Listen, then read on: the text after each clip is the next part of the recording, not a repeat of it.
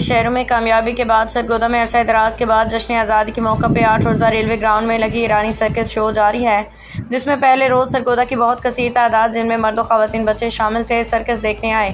لکی ایرانی سرکس کے مینیجر محمد طاہر سجاد سندھ اور محمد شبیر نے میڈیا سے گفتگو کرتے ہوئے کہا کہ جشن آزادی کے حوالے سے عوام میں تفریق پیدا کرنے کے لیے ہم نے پہلے کی طرح سرگودا میں ملکی شہرت یافتہ اور معروف فنکاروں کے ساتھ لکی ایرانی سرکس، جس میں بین الاقوامی اور شہرت یافتہ فنکار اپنے فن کا مظاہرہ کر رہے ہیں۔ اس کے علاوہ موت کا کنواں، بچوں کے لیے دلچسپ جھولے، میلے میں آئے لوگوں کے لیے کھانے پینے کے مختلف اسٹال سجائے گئے ہیں۔ انہوں نے کہا کہ لکی ایرانی سرکس اور دوسرے کھیل دیکھنے کے لیے آنے والے خواتین مردوں کے لیے بیٹھنے کے لیے الگ الگ انتظام ہیں۔ ہم نے ہمیشہ میلہ میں عوام کو تفریح فراہم کرنے کے لیے معیاری اور صاف ستھرا ماحول رکھا ہے، جس میں کسی بھی جگہ پہ خواجہ سرا خواتین ڈانسر کو شامل نہیں کیا گیا۔ پورے ملک میں لکی ایرانی سرکس کا ایک معیار اور نام ہے اور ہماری ہر ممکن کوشش ہوتی ہے کہ ہم اپنے معیار کو برقرار رکھیں، جس کا مقصد صرف اور صرف عوام کو صاف ستھری تفریح فراہم کرنا ہے۔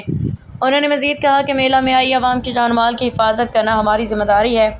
ہم نے یہاں پہ سیکیورٹی کے بہتر انتظامات کر رکھے ہیں۔